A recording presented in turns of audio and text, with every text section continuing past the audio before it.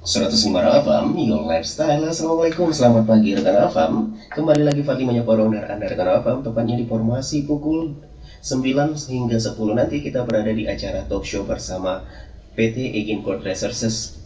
Ya rekan Afam, jadi di sini kita akan membahas tentang kolaborasi, transformasi dan inovasi mewujudkan martabat harmoni. Dan di pagi hari ini rekan Afam, dunia tambang merupakan dunia kerja yang identik dengan gagasan maskulinitas dan secara alamiah pekerjanya lebih cocok untuk laki-laki. Hal ini disampaikan ahli gender dari Australian National University, Profesor Catherine Robinson. Tidak hanya dihubungkan dengan gender, para pekerja tambang juga diasosiasikan sebagai bentuk pengambilan pekerjaan yang beresiko, kotor, dan membahayakan yang lebih pas dengan karakter maskulin. Sarana dan prasarana kerja tambang juga tidak bersahabat dengan perempuan jika dilihat dari bentuk fisik perempuan. Pandangan ini terbentuk karena konstruksi gender yang sudah melekat di masyarakat kita, bahwa perempuan adalah sosok yang lemah lembut dan cenderung emosional, sedangkan laki-laki dianggap sebagai kuat dan rasional. Maka dengan konstruksi gender seperti ini, lazimnya dunia tambang menjadi sangat bias gender.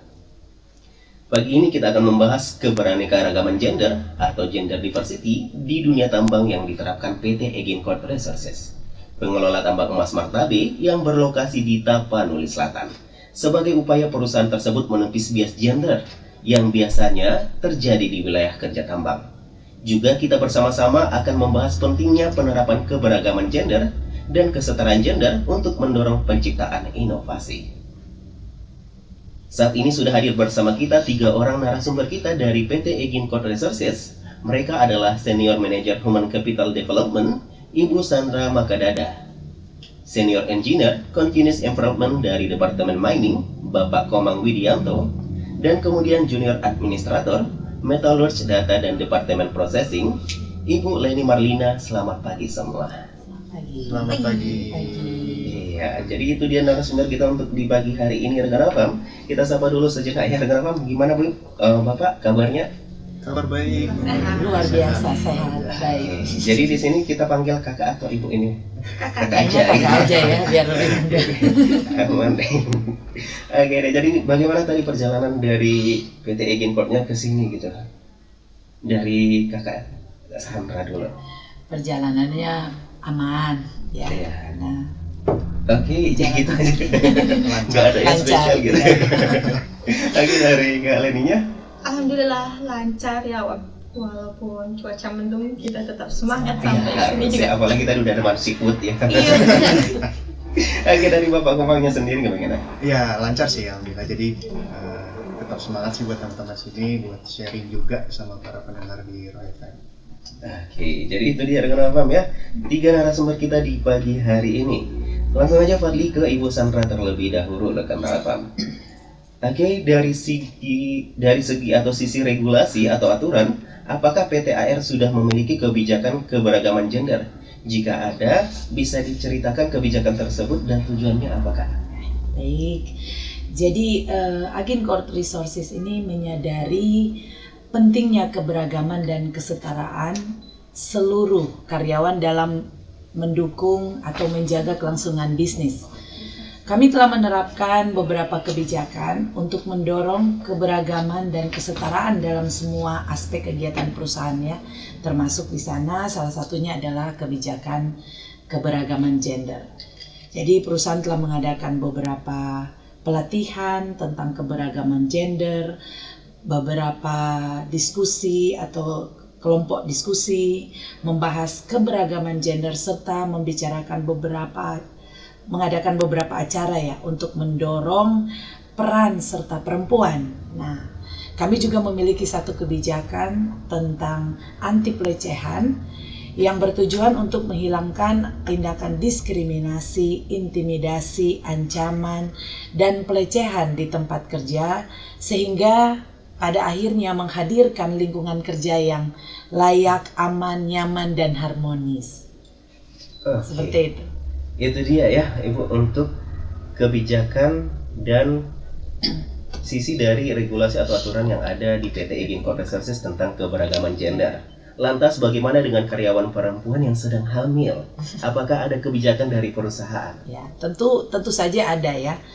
Karena saat kita menerapkan atau memiliki kebijakan keberagaman gender ini, semua sarana bahkan kebijakan-kebijakan yang menunjang kebijakan ini tentu harus diadakan. Jadi termasuk di sini adalah bagaimana kita mengelola pembatasan kerja terhadap terkait dengan kehamilan, ya, karena kita memiliki pekerja perempuan. Kode praktik yang kita sebut dengan kode praktik dan untuk mengelola pembatasan kerja terkait kehamilan. Nah, kode praktik ini tujuannya tentu melindungi para karyawan yang sedang hamil dari bahaya di lingkungan kerja dan kemungkinan mereka untuk dapat tetap bekerja hingga mendekati waktu persalinan. Nah, perusahaan memperbolehkan karyawan yang sedang hamil untuk terus bekerja hingga mendekati masa persalinan. Tentu masa persalinan ini mengikuti aturan undang-undang ya, Undang-Undang Tenaga Kerja. Nah, kebijakan lain juga yang mendukung perempuan dengan kondisi kehamilan ini adalah kebijakan tentang fasilitas laktasi, ya, mendukung karyawan perempuan yang sedang dalam masa menyusui bayinya. Tentu itu harus memperhatikan bagaimana biar terus berjalan pemberian ASI itu. Kemudian kebijakan cuti bersalin, jadi kita ada cuti istri melahirkan dan pekerja laki-laki sebagai suami yang mendampingi istri. Jadi itu juga ada cuti melahirkan di atas aturan normatif Undang-Undang Tenaga Kerja. Kita menerapkan 4 bulan dan mendapat pembayaran upah penuh. Dan untuk laki-laki yang mendampingi perempuan melahirkan itu mendapat cuti 2 minggu untuk mendampingi istri yang melahirkan. Jadi itu adalah aturan yang dibuat di PT Agincourt di atas dari aturan undang-undang. Berarti lebih dari apa yang diatur. Oke, jadi keren ini rekan-rekan paham ya.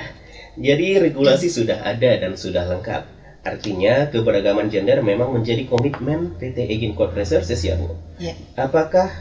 Apa ada bukti dari komitmen Agincourt Resources dalam menerapkan keberagaman gender selain kebijakan dan kode etik atau kode praktik? Ya, tentu ada ya, banyak sekali yang kita sudah lakukan. Bagaimana kita menerapkan pekerjaan dan promosi tanpa melihat gender, itu kita lakukan. Itu sebagai bukti. Kemudian peran yang sepadan dan setara, kesempatan karir yang sama. Kemudian bagaimana kita mengatur penggajian, rasio penggajian sehingga tidak ada gap antara karyawan laki-laki mungkin dengan karyawan perempuan. Kemudian paket remunerasi yang seimbang. Nah, tentu ditunjang dengan mempromosikan keberagaman gender di tempat kerja dan di semua tingkatan. Jadi, kami juga melaksanakan program pelatihan dan kegiatan bagi karyawan untuk meningkatkan pemahaman mereka tentang isu keberagaman dan kesetaraan gender. Jadi, melaksanakan program yang mendukung work-life balance serta fleksibilitas untuk memenuhi tanggung jawab keluarga itu merupakan bukti selain dari kebijakan dan kode praktek tadi. Ya, jadi itu dia rekan-rekan ya. Itu dari segi kode praktik ya Bu ya. Kemudian dari berbagai kebijakan dan inisiatif yang sudah ada, inisiatif keberagaman gender itu, apakah udah ada hasilnya gitu Bu? Ya, tentu ada hasil positif ya. Kita bisa lihat pada tahun 2023, kita ambil data tahun 2023. Kita memiliki karyawan perempuan sebanyak 750. Nah, ini tentunya kalau dibawa dengan presentasi sekitar 22% ya dari total karyawan PT AR, PT Agincourt dengan mitra kerja. Bahkan kalau kita bisa lihat ada 9,6% karyawan perempuan yang menduduki posisi manajerial. Ya, ada 25 perempuan menempati posisi manajerial termasuk sebagai superintendent, manajer. Bahkan pada posisi tertinggi kita memiliki 2 perempuan yang masuk di dalam jajaran komisaris dan direktur. Wah, jadi karena ini rekan paham ya, sudah ada kesetaraan gender rekan paham. Jadi untuk yang laki-laki yuk tingkatkan kualitas dan mau kalah. Ya, jadi di sini kita lanjutkan kembali pertanyaan yang berikutnya. Agincourt Resources tidak hanya memberikan nilai positif kepada karyawan dari sisi gender, tetapi juga memberikan nilai positif dalam meningkatkan kesejahteraan masyarakat lokal melalui penyerapan tenaga kerja lokal. Kak Sandra boleh ceritakan bagaimana upaya PT Egin Court Resources dalam menyerap tenaga kerja lokal? Kayaknya Fadli harus ikut ini. Ya, boleh ya. Jadi kami menerapkan proses rekrutmen yang merata dan transparan untuk mendapatkan calon-calon karyawan yang berkualitas. Nah, kualifikasi yang ditetapkan dengan mempertimbangkan kesesuaian teknis ya. Hard skill, di dalam hard skill itu ada keahlian, pengetahuan, pengalaman, bahkan tanggung jawab pekerjaan maupun non-teknisnya. Dan tentunya soft skill yang dimiliki calon karyawan. Nah, proses seleksi dan promosi tentu mengacu pada prosedur internal perusahaan yang dilakukan dengan menilai kinerja, menilai kompetensi, bahkan potensi pengembangannya. Jadi ada pengembangan yang akan ada di sana. Kemudian sebagai perusahaan yang berkomitmen untuk mengembangkan potensi daerah setempat, kami mempekerjakan 69% karyawan lokal pada tahun 2023. Jadi data yang boleh saya ceritakan di sini adalah kita ambil data dari 2023 ya. Kemudian di tingkat manajerial atau lebih tinggi lagi, kami didukung oleh 38 karyawan nasional yang terdiri dari 2 karyawan lokal dan 36 karyawan non-lokal. Dan hanya terdapat 7 tenaga kerja asing yang bekerja di level manajerial atau lebih dikenal sebagai advisor. Wah, jadi rekan-rekan untuk pemuda-pemudi lokal, yuk ya, tingkatkan kualifikasi Anda agar Anda bisa nih bergabung dengan PT Egin Court tentunya ya. Karena sudah mengembangkan potensi daerah setempat rekan-rekan ya. Dan di sini Fadli kembali mau nanya ya Bu ya, jangan bosan-bosan ya Bu. Lalu bagaimana sih cara meningkatkan kompetensi dari sumber daya manusia atau SDM karyawan lokal ini Bu agar mampu bersaing? Betul sekali. Jadi cara untuk meningkatkan kompetensi sumber daya manusia, perusahaan memberikan kesempatan tentunya kepada karyawan lokal untuk mengikuti pelatihan dan keahlian yang diperlukan untuk menunjang pekerjaannya. Misalnya saja ya pada Januari 2019, sebenarnya program ini kita mulai juga dari sekitar 2018 ya.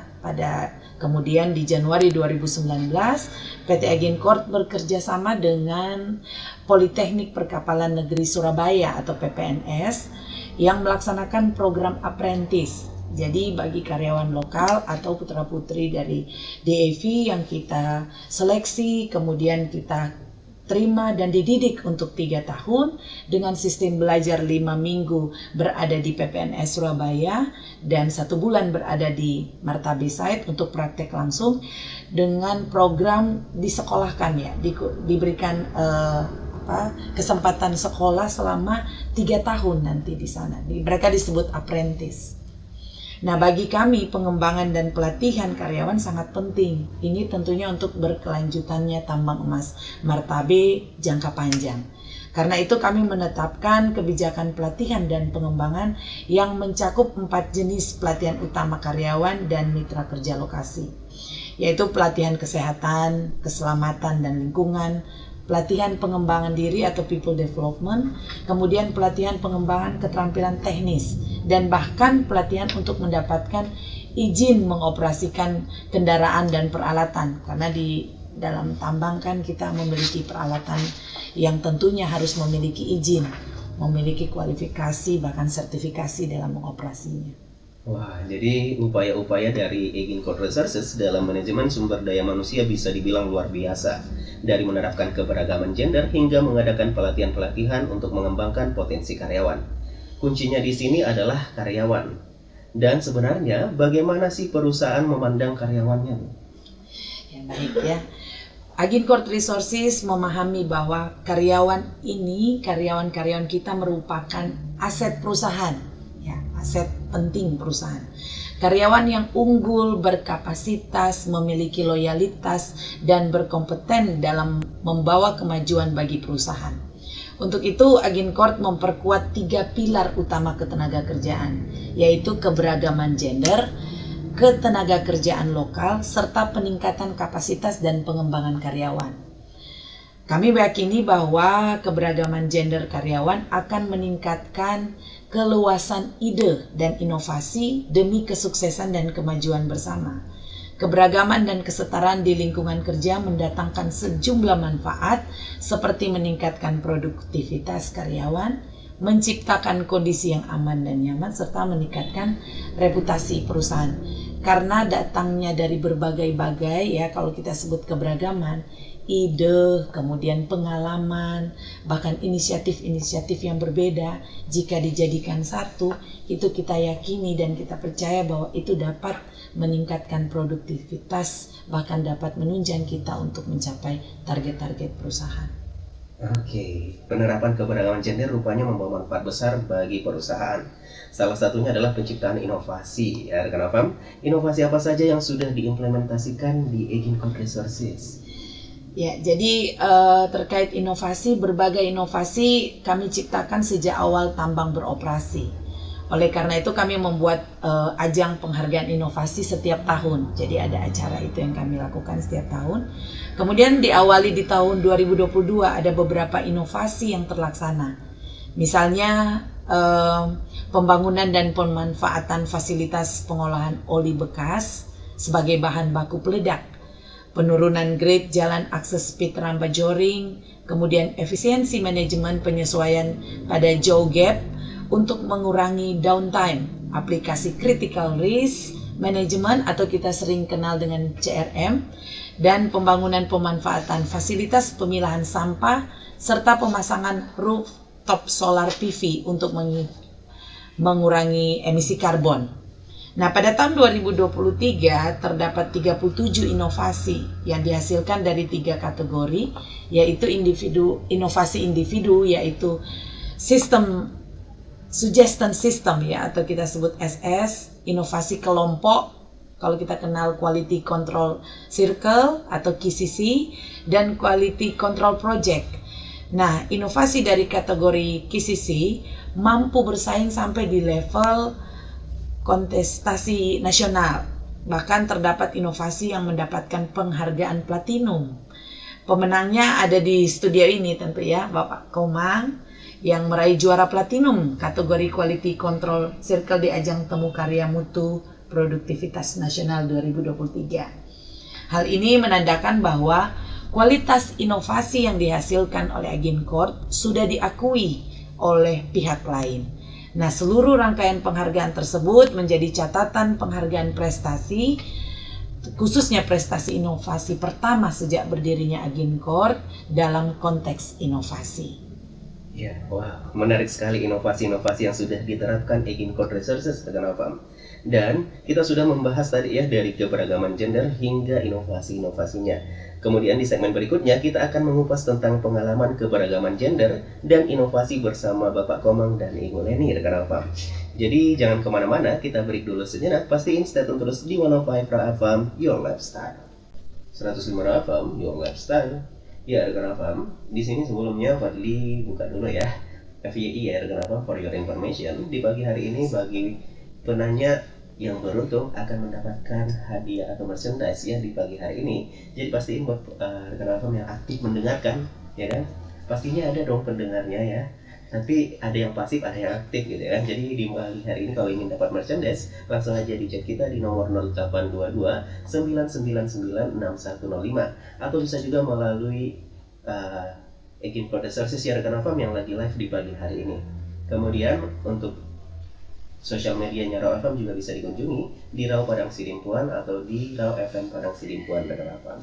Jadi tadi kita sudah membahas beberapa hal soal komitmen keberagaman gender dan ketenagakerjaan lokal yang berujung pada manfaat besar bagi perusahaan dan pemangku kepentingan lain.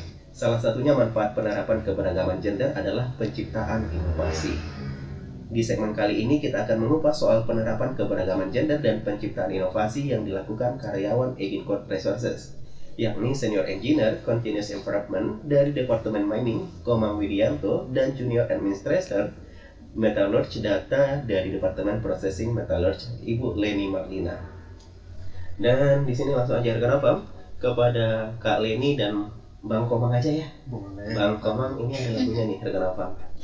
Sudah berapa lama bekerja di Agincourt Resources? Juga boleh diceritakan bekerja di bagian apa dan gambaran besar pekerjaan sehari-hari. Dimulai dari Kak Leni terlebih dahulu. Saya sudah bergabung 9 tahun dengan Agent Code Resources, dimulai dari Data Entry Clerk, Officer Metallurgy, Senior Officer Metallurgy, dan alhamdulillah sekarang Junior Administrator Metallurgy. Pekerjaan saya sehari-hari ada daily report, weekly report, monthly report, dan tambahan-tambahan report yang lain. Gambaran besarnya yaitu laporan-laporan yang saya laporkan adalah berupa laporan produksi, laporan perairan, laporan performa karbon di proses plant, tukar asai dengan Antam, scheduling training-training tim metalurgi, order-order makanan untuk tim metalurgi juga. Udah, itu aja. Oke. Jadi itu ya beberapa tugas ataupun bagian yang di gambaran pekerjaan sehari-hari dari Kak Leni rekan Afam. Jadi yang mau bantuin boleh gabung dengan PT Import gitu ya. Tapi harus sesuai kualifikasi ya kan rekan Afam. Kemudian kita tanya kepada Bapak Komangnya rekan Afam ya. Aduh lupa Abang Komang rekan Afam ya. Kepada Bang Komang gimana nih Bang? Oke, Bang Fandi, terima kasih. Oke, kalau saya di Agilcot itu kurang lebih 3 tahun ya, Bang Fandi. Untuk seperti apa sih pekerjaan saya sehari-hari? Memang saat ini khusus untuk di Departemen Mining, dari bawah Departemen Mining. Tapi untuk handle project kurang lebih ya. Jadi kita punya beberapa project improvement, melakukan inovasi juga di Departemen Mining. Tapi juga tidak terbatas di Departemen Mining ya. Ini bisa kita cross departemen, artinya kolaborasi dengan departemen lain untuk penciptaan inovasinya.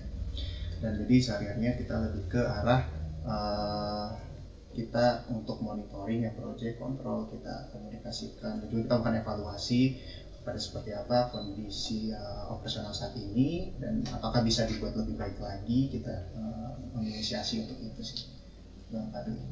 Seperti itu. Jadi itu dia rekan Afam ya, seputar gambaran besar pekerjaan sehari-hari dari Bang Komang rekan Afam ya. Dan di sini kembali lagi Fadli akan bertanya kepada narasumber kita, praktik keberagaman gender seperti apa yang Bapak Komang atau Kak Leni alami sebagai karyawan Agilcot Resources? Misalnya peluang mengikuti pelatihan atau kompetensi, kedudukan setara perempuan dan laki-laki dalam rapat atau menggunakan cuti melahirkan dan lain-lain. Ya boleh dijawab dari Kak Leni duluan.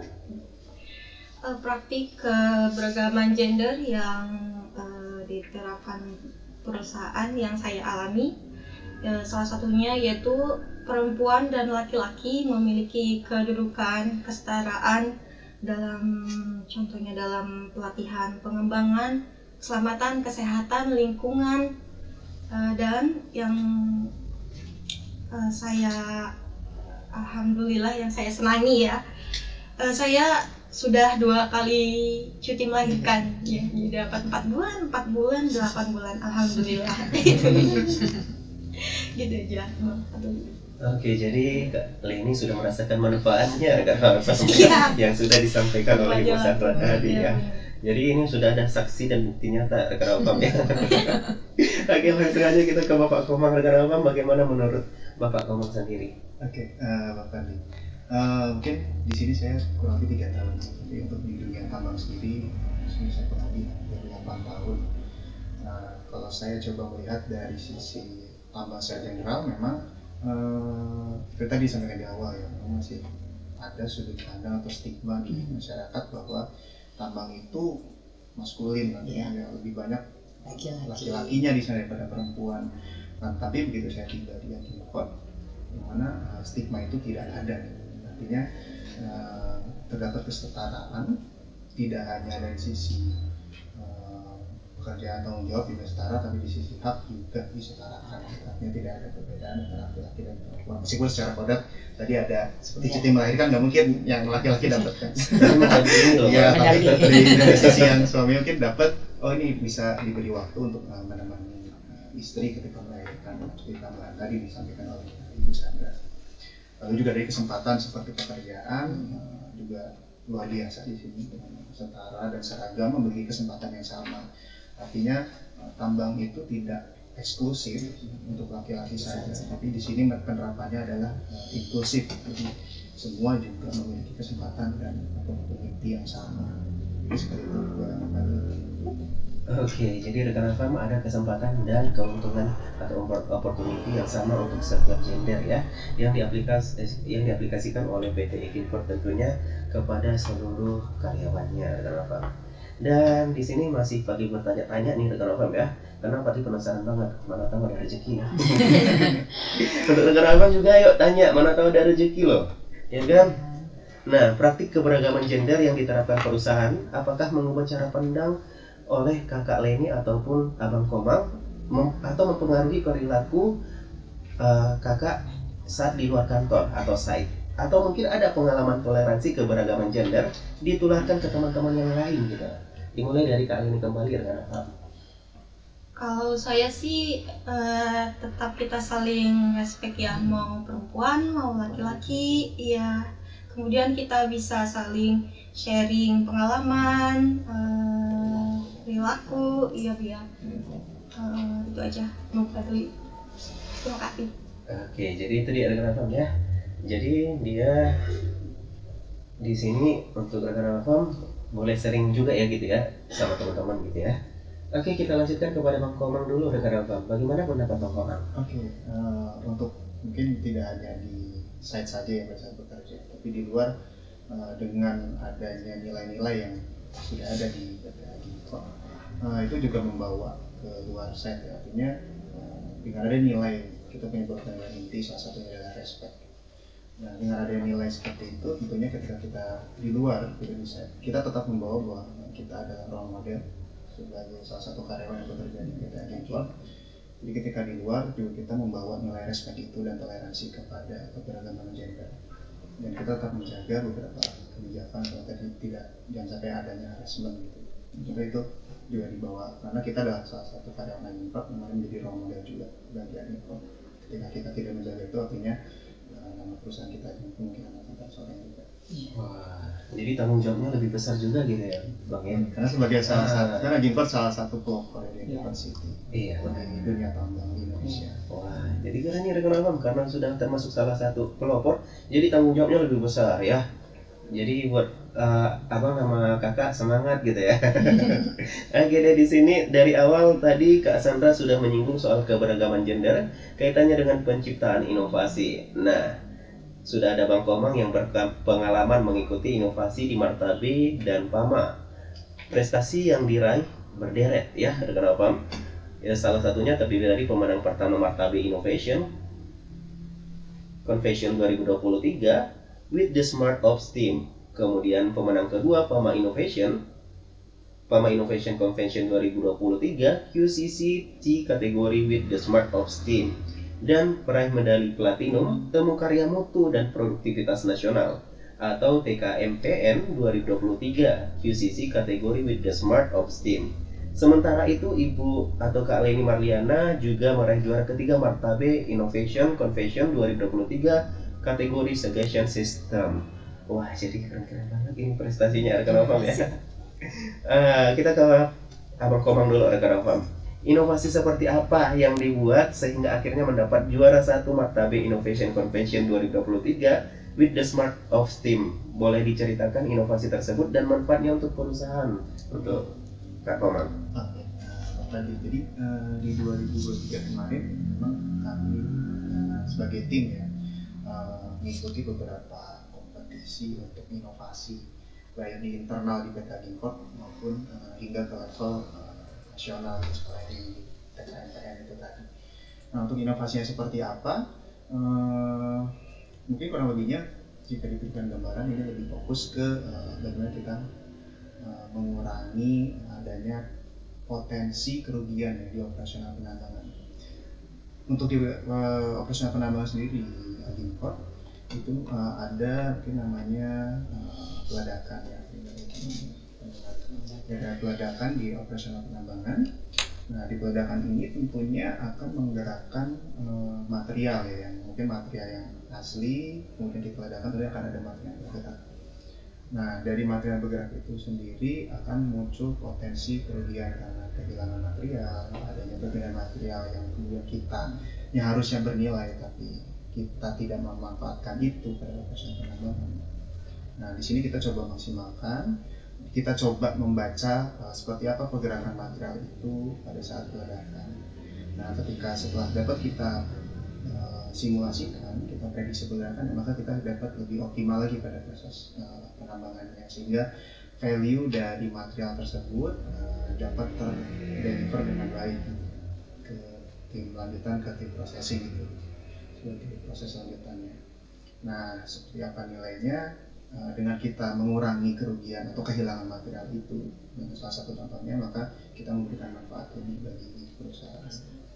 Dan tentunya ketika perusahaan juga mendapatkan keuntungan dan manfaat yang lebih, tentunya proses bisnis juga dapat terus berjalan, sehingga dengan proses bisnis yang baik, tentunya dari sisi komunitas dan masyarakat juga dapat tetap terdukung dengan adanya perusahaan ini. Jadi itu sih Bang. Oke, jadi itu dia rekan Afam ya. Kemudian di sini Fadli ke Kak Leni dulu rekan Afam. Bagaimana dengan Kak Leni? Inovasi apa yang dibuat sehingga meraih juara 3 Martabe Innovation Convention 2023 kategori Suggestion System, dan apa manfaat inovasi tersebut untuk perusahaan? Siap, Bang Fadli. Jadi waktu itu tahun 2023 saya mengikuti Suggestion System Individual dengan judul Automatic WPP Data Import with Database System.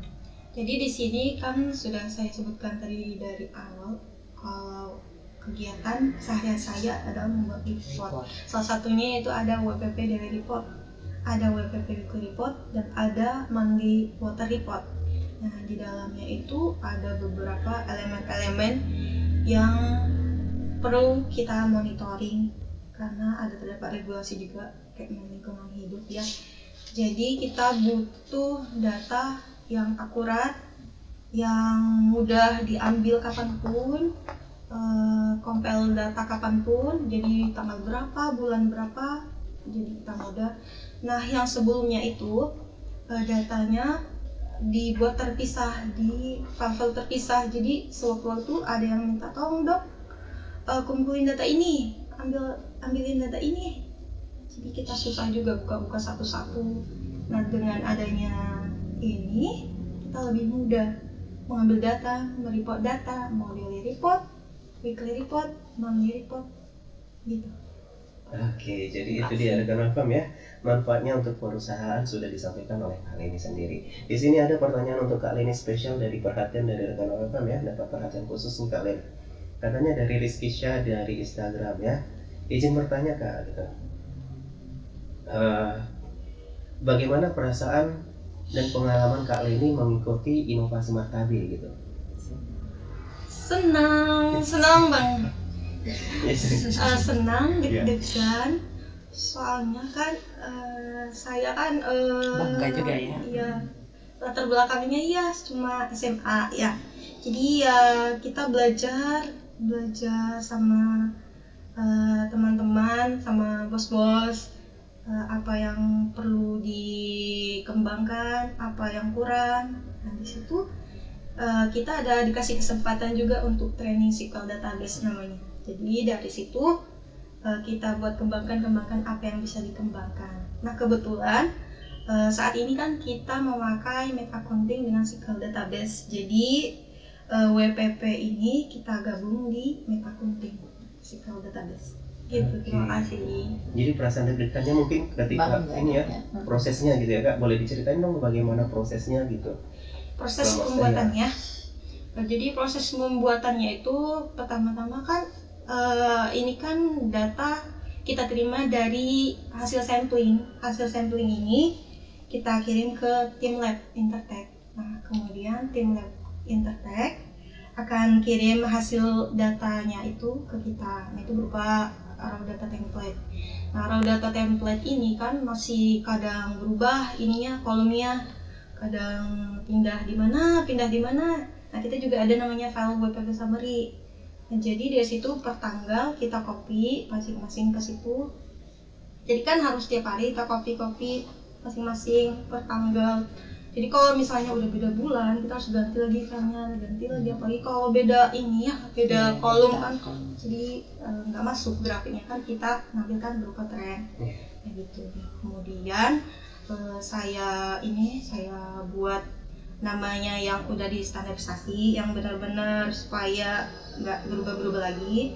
Di set dulu nama-nama kolomnya, terus kemudian kita set connect to SQL database. Kemudian kita buat lagi setup koneksi Excel dengan VBA makro. Kemudian kita buat lagi template WPP yang untuk internet yang udah distandarisasikan.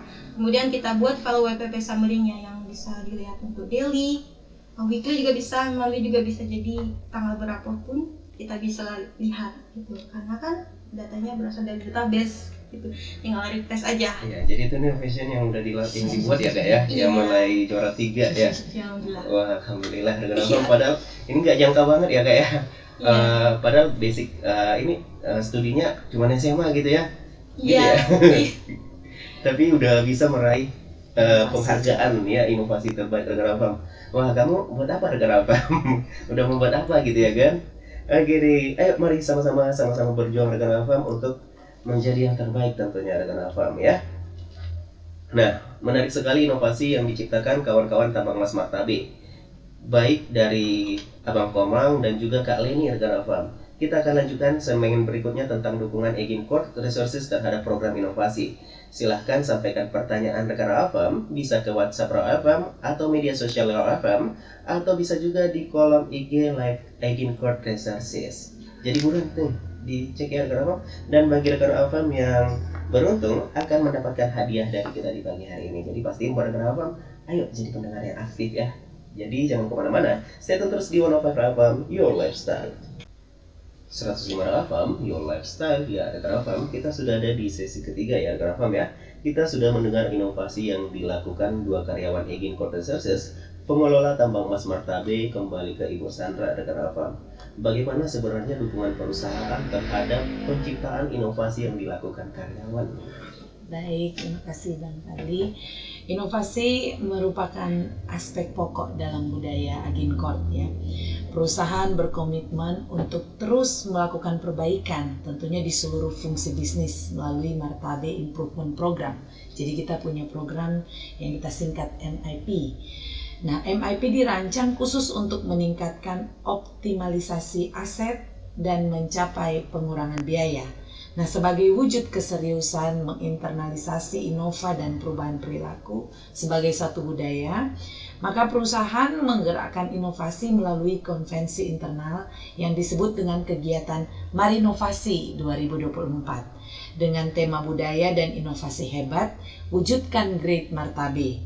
Nah, konvensi ini telah dimulai dan akan menjadi program tahunan yang melibatkan karyawan dari berbagai bagian untuk pengembangan kapabilitas melalui quality control program.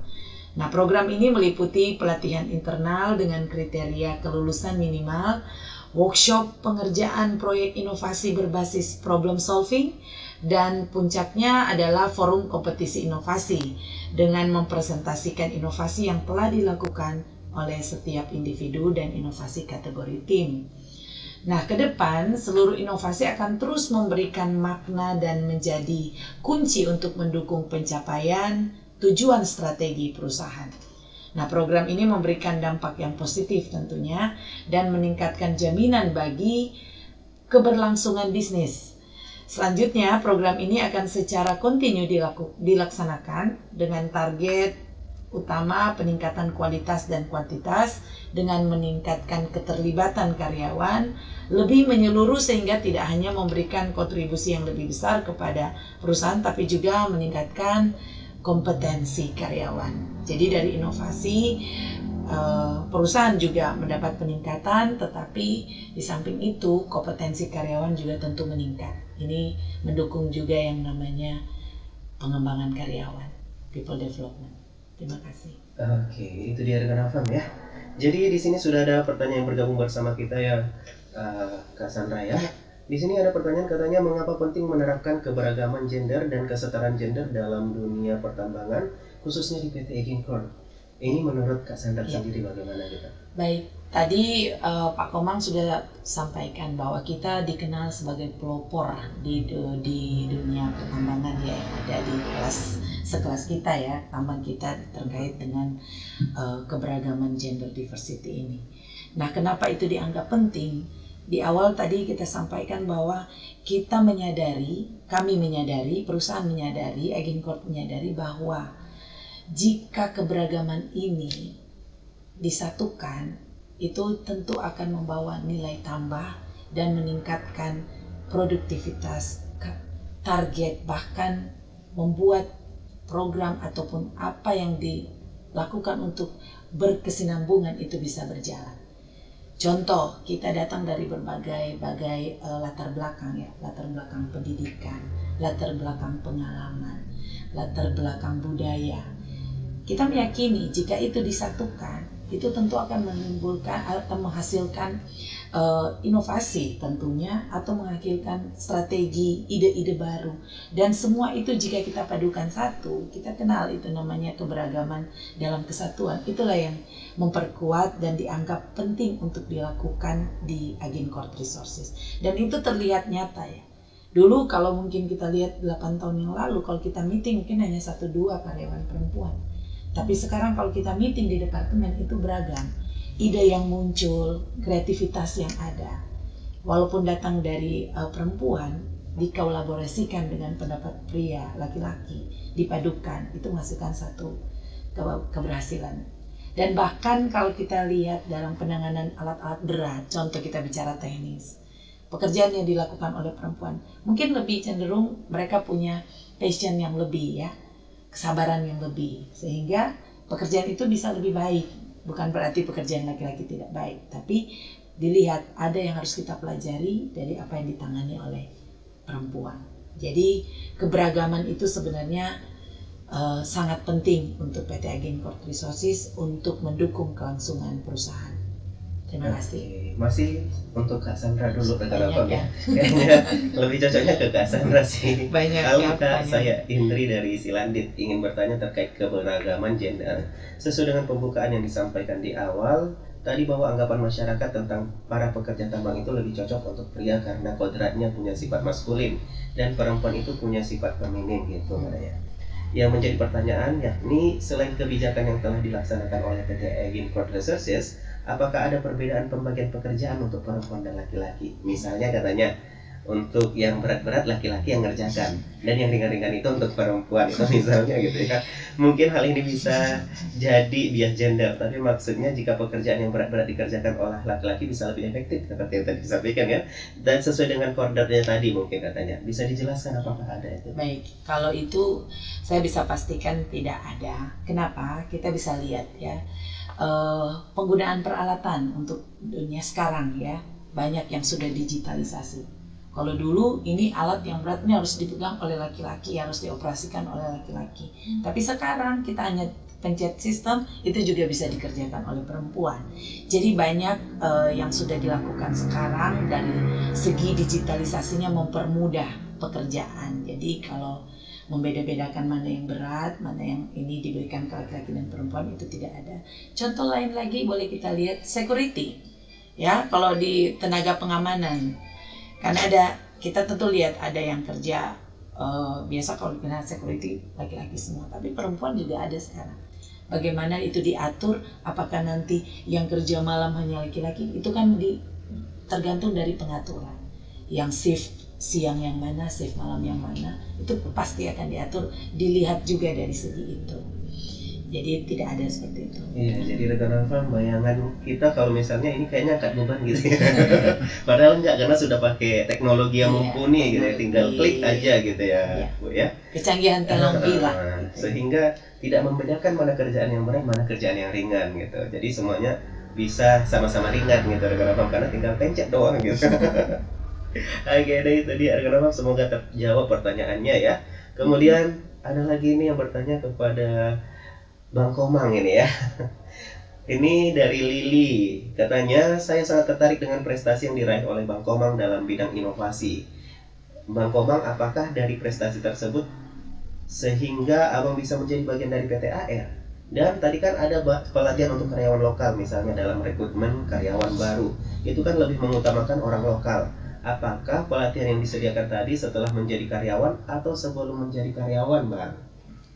Oke, Bung Fadli. Jadi kalau terkait prestasi tadi ya, sebenarnya itu kami capai ya setelah saya ada di sini juga. Jadi itu ada prestasi di tahun lalu yang sudah kita peroleh ya, alhamdulillah sudah di level nasional dengan kategori tadi platinum ya. Artinya itu sudah kategori salah satu kategori tertinggi lah kalau kita lihat di skala nasional ya. Yang mana itu juga tidak semata-mata langsung ketika kita ikut langsung dapat gitu, karena sebenarnya kita sudah ikut juga dulu di tahun 2002 untuk kompetisi inovasi. Memang kita mendapatkan beberapa pengalaman di tahun 2022 yang mana pengalaman itu kita bawa dan kita perbaiki di 2023 sehingga dengan pengalaman tadi yang sudah kita lalui ya alhamdulillah bisa mencapai prestasi seperti yang sudah kami peroleh di 2023. Nah untuk trainingnya seperti apa ya, untuk di internal PTAR untuk inovasi sendiri sudah ada training ya, bentuknya di namanya New Quality Control Leader. Kita sudah ada trainingnya, pematerinya juga sudah memiliki pengalaman dalam membuat inovasi, karena memang inovasi itu kuncinya bukan langsung kita punya ide kita implementasikan, karena seringkali ketika kita mengimplementasikan ide tidak dilihat dulu apakah ide itu sudah yang terbaik atau tidak. Jadi ada kesalahan proses berarti di situ ya. Jadi oleh karena itu metode inovasi itu memang kita harus mulai dari masalah dulu. Kita coba mapping masalahnya seperti apa, kita analisa kenapa akar masalahnya. Setelah kita tahu akar masalahnya, kemudian kita cari beberapa solusi, tidak hanya satu solusi tapi juga dengan beberapa solusi, yang mana tadi dengan adanya keberagaman gender akan semakin banyak muncul ide-ide. Artinya kita punya banyak sekali alternatif solusi yang mungkin bisa dikombinasikan satu sama lain menjadi solusi yang lebih baik lagi. Nah, setelah kita punya beberapa solusi, baru kita gambarkan lagi mana solusi yang terbaik dengan beberapa parameter untuk penilaian solusi. Setelah ditemukan solusi yang terbaik, barulah kita implementasikan bersama gitu di operasional. Sehingga disitulah sebenarnya dilihat bagaimana suatu inovasi itu dibentuk. Jadi kalau ikut suatu kompetisi bukan hasilnya seberapa baik, tapi dari sisi prosesnya seperti apa. Apakah memang itu sudah menghasilkan solusi yang terbaik atau tidak. Gitu sih. Oke, masih bersama Kak Komang ya, nih pertanyaannya ya. Untuk Kak Komang, kan inovasinya bersama tim, bagaimana melibatkan anggota tim lain dan seperti apa dinamikanya Kak gitu? Karena kalau satu orang aman-aman aja. Kalau di inovasi tim tentunya kita punya beberapa bagian. Ada yang namanya fasilitator, ada yang namanya leader, ada juga notulennya, ada anggotanya. Jadi tim inovasi itu seperti organisasi mini lah ya gitu ya, organisasi kecil yang mana itu juga saling bertukar pikiran dan brainstorming di situ. Untuk dinamikanya seperti apa, namanya tim tentu akan ada pro dan kontra di dalamnya, itu wajar. Yang mana itu sebenarnya memberikan nilai positif kalau bisa kita tangani. Nah, dengan adanya perbedaan pendapat dan lain-lain, itu tentunya salah satunya ada peran di fasilitator dan leader. Jadi fasilitator dan leader ini menjadi penengah ketika mungkin ya jika terjadi konflik gitu ya dengan dinamika pembuatan inovasi. Fasilitator dan leader sebagai penengah yang untuk menemukan solusi terbaik yang harapannya bisa win-win solution ya dalam suatu diskusi bersama tim. Nah, untuk inisiasinya mungkin kita juga banyak mengadakan forum diskusi, kita mengadakan meeting bersama, kita update progress. Ketika ada isu atau challenge, tantangan di dalam pelaksanaan inovasi juga kita bahas lagi bersama seperti apa untuk dapat melewati tantangan tersebut sehingga implementasi inovasi ini dapat berjalan lebih maksimal. Seperti itu. Oke, itu dia rekan Afam ya. Jadi udah menjawab ya, dinamikanya pasti ada ya, di mana-mana pasti ada dinamika forum ya rekan Afam ya. Kemudian di sini kembali kepada Ibu Sandra dulu rekan Afam. Selain keberagaman, ada program lain kah Bu yang diterapkan di 18 Court gitu? Ada program yang kita baru terapkan di tahun yang lalu 2023. Kita punya satu program yang kita kenal dengan Graduate Development Program. Jadi program di mana kita menjaring mahasiswa atau yang baru lulus ya, yang minim pengalaman, yang baru lulus kemudian nanti mengikuti programnya. Programnya ada tentu masih ditempa, diberikan pelajaran tetapi sesuai dengan bidang mereka masing-masing. Termasuk nanti ini akan masuk tahun kedua dan mudah-mudahan ada hasilnya, mereka bisa lanjut bahkan bisa sampai menjadi karyawan. Jadi kita mengenal namanya program Graduate Development Program. Oke, jadi untuk ini Bu, apakah PT Egin Court Resources membuka FDGP untuk bergabung ke tim gitu? Ya, yang tadi saya sampaikan karena mereka diterima kemudian diberikan pelatihan pelajaran di dalam, kemudian pada akhirnya akan dinilai dan mereka yang sukses tentu akan menjadi bagian dari PT Egin Court sesuai dengan kebutuhan tentunya ya. Karena mereka dipersiapkan, diterima, kemudian dipersiapkan di bidang masing-masing, diperkuat di situ. Ya contoh kalau dia dari bidang metalurgi, dari bidang mining, itu akan diberikan pelajaran, pengenalan, orientasi, sehingga dengan waktu 2 tahun mereka bisa kita nilai apakah itu sudah benar-benar diserap dan mereka sudah bisa melakukan pekerjaan itu atau belum. Nah, itulah yang nantinya pada ujungnya mereka yang mampu tentu akan menjadi bagian dari Egin Court. Oke, jadi itu dia rekan-rekan ya. Jadi ada pelatihannya dan apabila memang dari penilaian bagus, maka kemungkinan akan diterima apabila memang dibutuhkan untuk posisi tersebut ya. Jadi di sini pertanyaan terakhir untuk Cassandra rekan-rekan, untuk ayah sendiri, bagaimana sih cuti untuk ayah gitu? Cuti mendampingi ya, Ya. Untuk mendampingi melahirkan ada, kalau aturan normatif itu aturan undang-undang tenaga kerja ya, itu mengatur bisa mendampingi istri melahirkan itu 2 hari. Sementara Egin Court karena mendukung program atau kebijakan kesetaraan gender memberikan di atas dari normatif 2 minggu ya, 14 hari. Ya. Itu tujuannya tentu lebih dekat, peran sebagai suami mendampingi istri yang baru melahirkan sangat dekat. Itu juga membantu bagaimana psikis istri yang baru melahirkan merasa diperhatikan, dekat, bahkan membantu urusan-urusan yang mungkin kalau baru melahirkan kan banyak yang harus diurus ya. Jadi suamilah yang harus berperan dengan diberikan waktu. Jadi kalau cuma 2 hari dulu tentu harus ambil cuti, pakai cuti tahunan atau cuti yang masih ada. Tapi dengan adanya tambahan dari aturan normatif yang diberikan, itu sangat membantu sehingga tidak menggunakan cuti mereka, cuti tahunan, tapi menggunakan cuti yang memang diberikan karena cuti itu cuti berbayar, artinya tidak dikurangi dari upah. Jadi mereka tetap menjalankan cuti tapi gaji tetap dihitung gitu mereka ya. full. Ya, seperti itu. Wah, luar biasa banget ya rekan-rekan. Menurut aturan 2 hari, tapi dikasih 2 minggu rekan-rekan. Kayaknya lebih-lebih ini rekan-rekan. Oke deh rekan-rekan, tiba saatnya kita menutup talk show yang sangat menarik hari ini. Terima kasih kepada para narasumber, Ibu Sandra, Pak Komang, dan Ibu Leni atas informasinya yang sungguh berharga rekan-rekan. Dan buat rekan-rekan yang bertanya apakah ada loker ya, dicek aja sekali lagi Pak disampaikan ya, dicek aja di websitenya PT Egin Court Resources ataupun di Instagramnya PT Egin Court Resources. Langsung aja dicek di sana, dipantau ya rekan-rekan ya. Bila perlu sekali 24 jam supaya nggak ketinggalan informasi rekan-rekan. Nah, tadi kita sudah membahas tentang penerapan keberagaman gender dan ketenagakerjaan lokal yang terbukti mampu memicu munculnya inovasi-inovasi untuk masa depan berkelanjutan tambang emas Martabe. Demikian talk show kali ini, sampai jumpa di talk show berikutnya. Akhir kata dari Fadli, wassalamualaikum warahmatullahi wabarakatuh.